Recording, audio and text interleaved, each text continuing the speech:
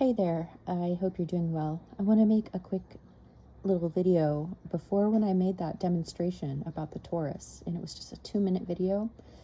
I also told you that I wanted to make a presentation about the thoughts that I was having over the past 3 weeks about this and how it applies to personally my outlook on reality, my experience in this life, the gnosis that's continuing to unfold. Each new contemplation seems to unlock another room full of more threads to sort through, and I am aware that that can be a trap in itself.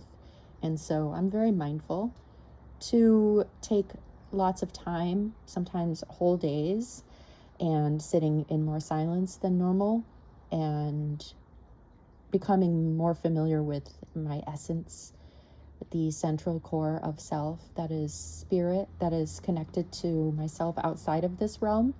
And I do my best to condition my feeling, my experience of sympathetic resonance with that part of self.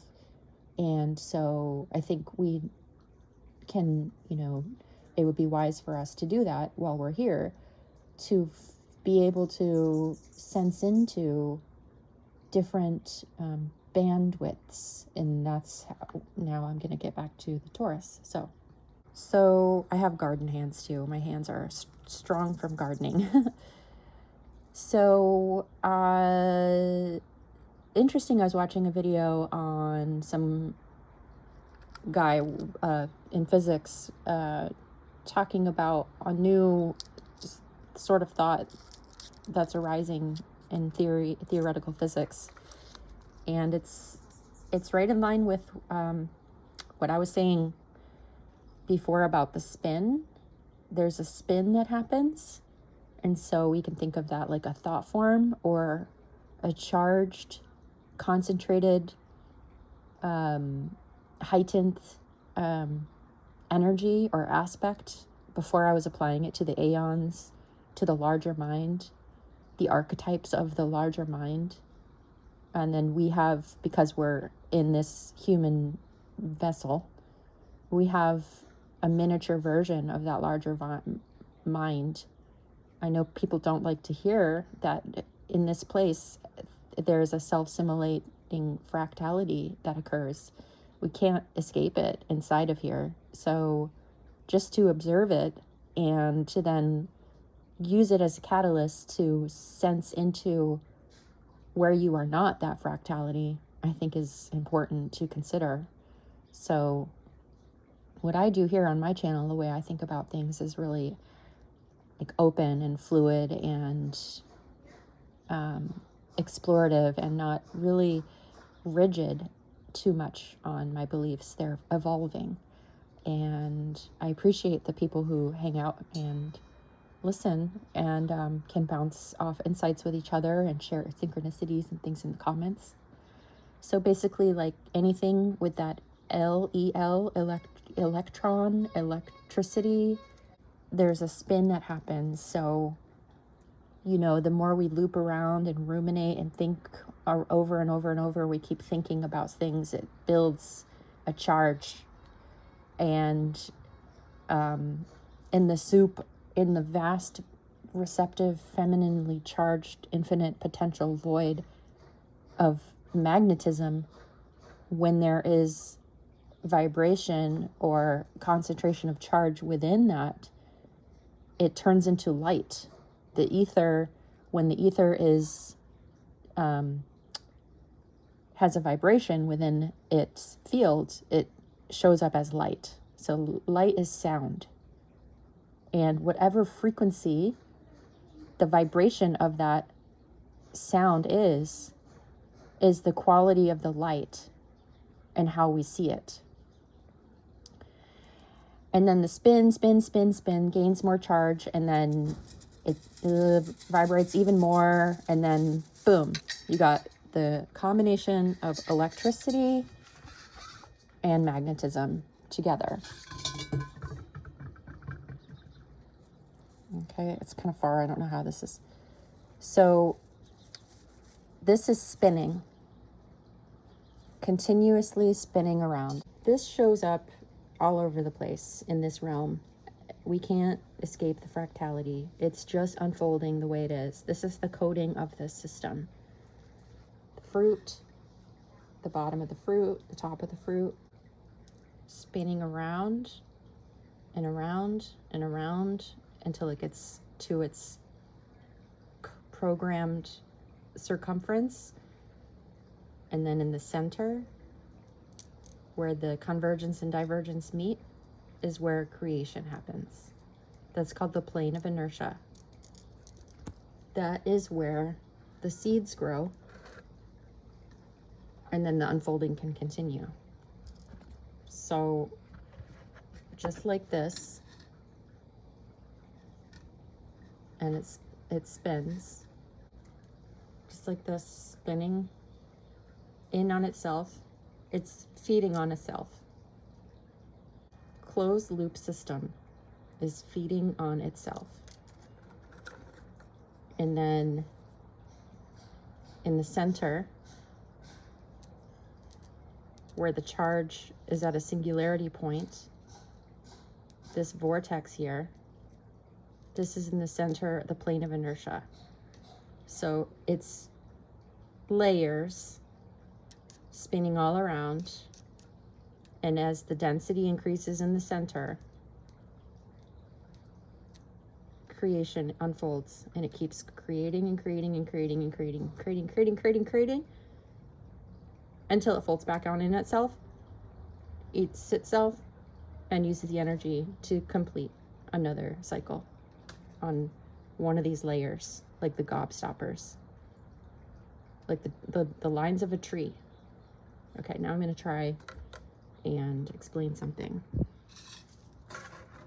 I love drawing. It's been a while. My hands, I've been an artist for my entire life, and the spinal condition is making my joints really weak, so I can only spend a little bits of energy at a time painting and drawing, but I was quite the prolific artist, that's for sure. So I'm definitely rusty on this, but I'm just trying to do a diagram.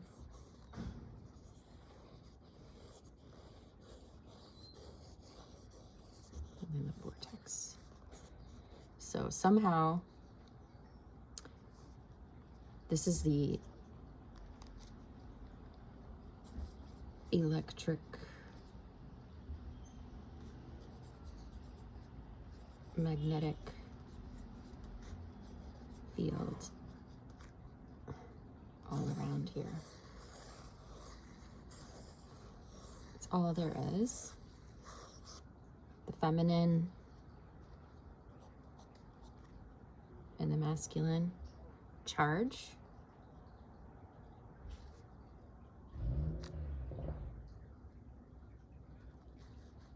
So somehow the pull of this vortex spirals down to the center, pulls in charged potential from these plasmoids, which are sentient plasma.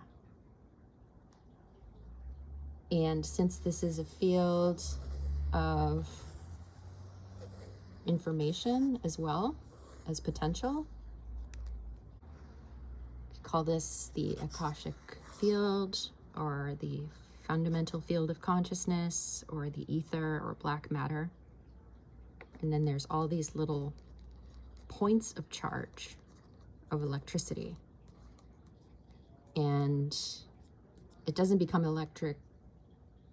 electromagnetism until there is that combination, that dynamic that occurs from increased charge and then spin, and then it creates the torsion field. And then we have a closed loop system that sustains upon itself, feeding on itself, expanding and contracting at the same time. They have something called redshift, blue shift, that they say measures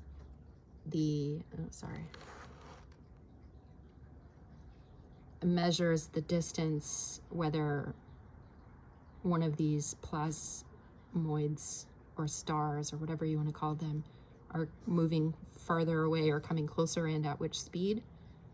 But I actually don't think there is any distance happening. It's the pulsing of this, all these little nodes on every single layer. This whole thing is pulsing back and forth, negative, positive charge, red shift, blue shift, constantly. And that's where you get the duality and the polarity. And so as the vortex hyperbola of the torus spins, and then there is this place of inertia of rest on the outer circumference of this is more and more etheric the more outward you go, and the more inward you go into the plane of inertia here is the most dense. So it goes from density to non-density.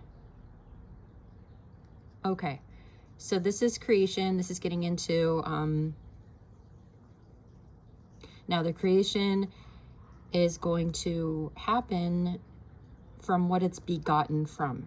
So whatever formed this closed loop system had its intentions, it had its understanding, its gnosis of the way things unfold, the programming, the coding, how things are designed, how the spirit comes in and intertwines with DNA in a form and then becomes an animating force of that physicality. All that stuff is programmed into this, and then everything that bubbles outward from the central point of creation carries the same signature of the creator of this thing. So there's a creator, could be a thought, it could be a charge, it could be an energy, a vibration, a certain frequency. And then within this, because it's spinning and charging and feeding itself, it's like a nuclear reactor. It has a lot of power in there. And it creates smaller torus fields inside the larger. So there's nesting. And that happens in several ways. Let's see if I can. So like the Russian nesting dolls, or the everlasting gobstoppers from Willy Wonka. This is the center, the singularity point in the middle. And these are all the bandwidths of different frequencies that go from more dense to less dense. And then within the system, smaller yet powerful torus field plasmoids formulate and have their own vibration, their own frequency. So this whole thing has a frequency, and then the smaller torus fields within it that you could call the things that are cycling around in the sky, or the stars, or the luminaries, or the planets that are going around. And they're all sounding their frequency like this.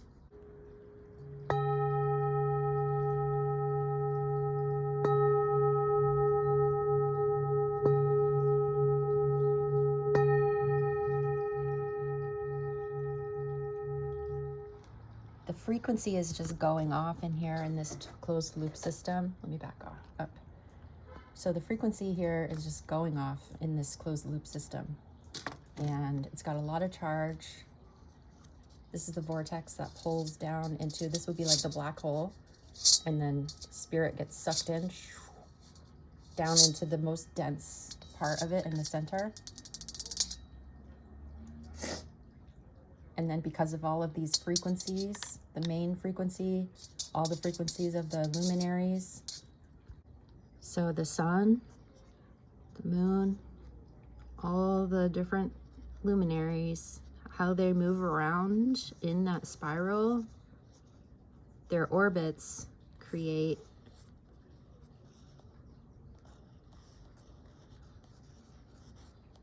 different sacred geometries, however you want to.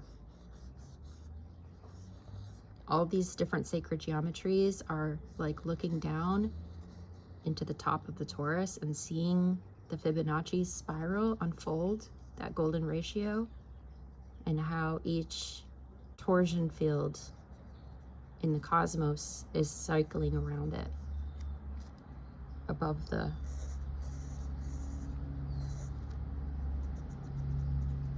and every magnet has this central point where energy goes in and comes out.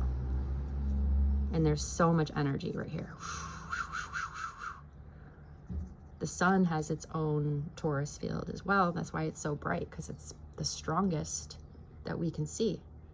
The stronger the vibration, the stronger the dielectric core in the center of the torus, the brighter the light, because sound is light. Light is sound. Light comes from sound.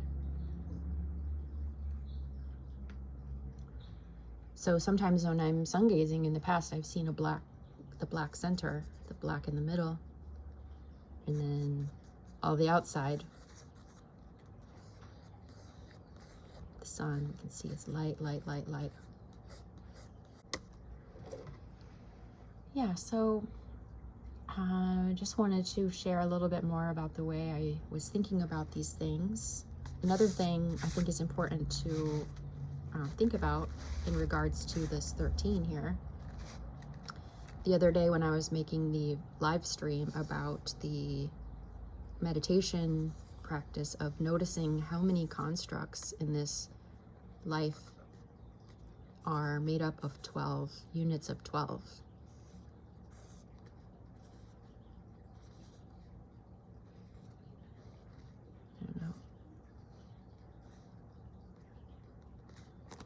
So it could be the zodiac, it could be the days, it could be the months, it could be your DNA strands.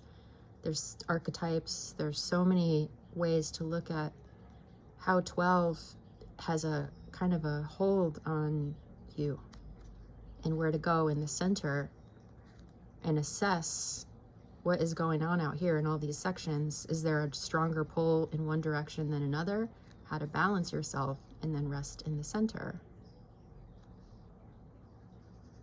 And just like the torus field, since it's greater and greater and greater, we're nested within. We are the micro of the macro. And don't worry, and that's not all we are, but while we're here, this is what's going on. This is what we're within. This is what we're animating. We're helping to animate, whether we want to or not. We keep helping create more and more and more and more and more. And adding charge to this field, making it even stronger. So a lot of people get to a point in their spiritual understanding and of the hero's journey that there's a point when you stop creating so much and stop contributing, adding, and just rest in the observer position. And how much more powerful that is to keep your ember in your furnace and powering up you and your soul instead of leaking it out and creating all sorts of messes, beautiful mess or hot mess or whatever. So we can apply this flow of electromagnetism to many aspects of our experience and understanding, and it can actually be helpful. So first you can understand like the universal principles shown through this expansion and contraction happening at the same time. Things coming back around in whatever way you can think about that happening. Time, space, feelings, thoughts, routines. And it's because of all of these luminaries and the sun and the moon and everything, all in this system together with the earth.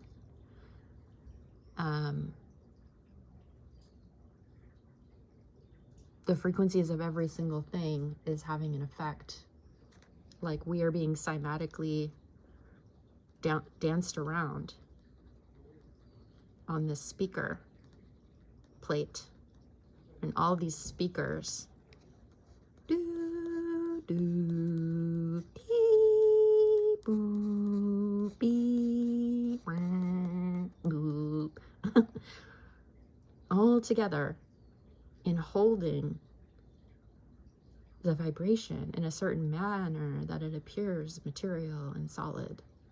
But when you realize that it's just vibration held in density by sound, it's a trip. You know those sand grains that you put on a speaker plate, and whatever frequencies you put in the speaker, it creates a certain symbol, or it holds something in a specific pattern. And so I think that's playing out super strong here. And so there are moments that I've had in my resting, while I'm resting, and then I feel like, oh, why are these memories coming back in my mind at this moment? And it's not until I get settled into a certain space and I'm sort of, my brain waves are at a specific frequency, and then depending on whatever frequency my brain waves are in, depicts which information I'm able to receive at which time. And so I think that's how like synchronicities and things lining up in a certain way have to do with that resonance at a certain time. And so you can practice, how do you raise or lower your frequency?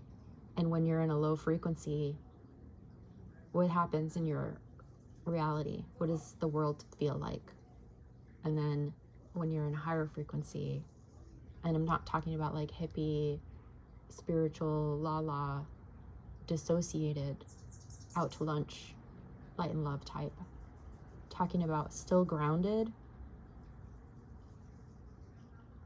Your height goes as deep as your roots. And the experience that you have is coming from a balanced place. And when you're in a higher frequency in that state, what do you notice? How does your perception change? What do you see in those times? What does it feel like? And so it's a good thing to experiment with. Tuning yourself to your spirit instead of being swayed, because it's strong. All of the overarching frequencies that are in the layers, all these layers of, so again, like the Torus,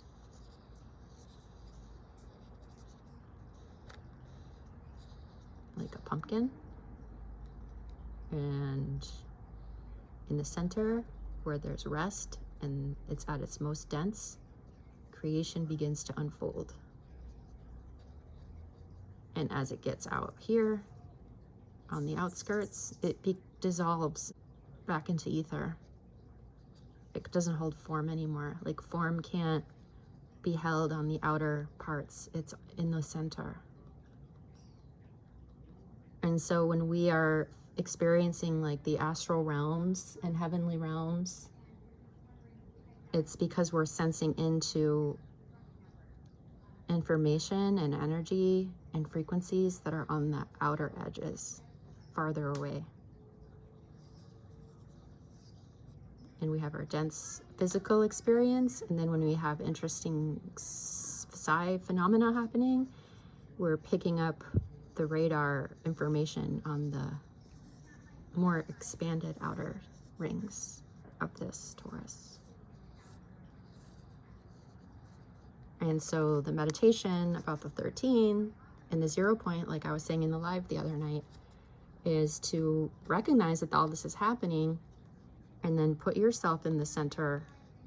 If you put yourself in the center of this, it's the singularity point. There's that black hole, the wormhole in the very center, where actually nothing is created. It has the most charge. It's like a portal. And so imagine yourself there without spinning and starting to release your tendrils outward to start creating. Stay in the center. And you can experience moments where you just collapse the entire thing.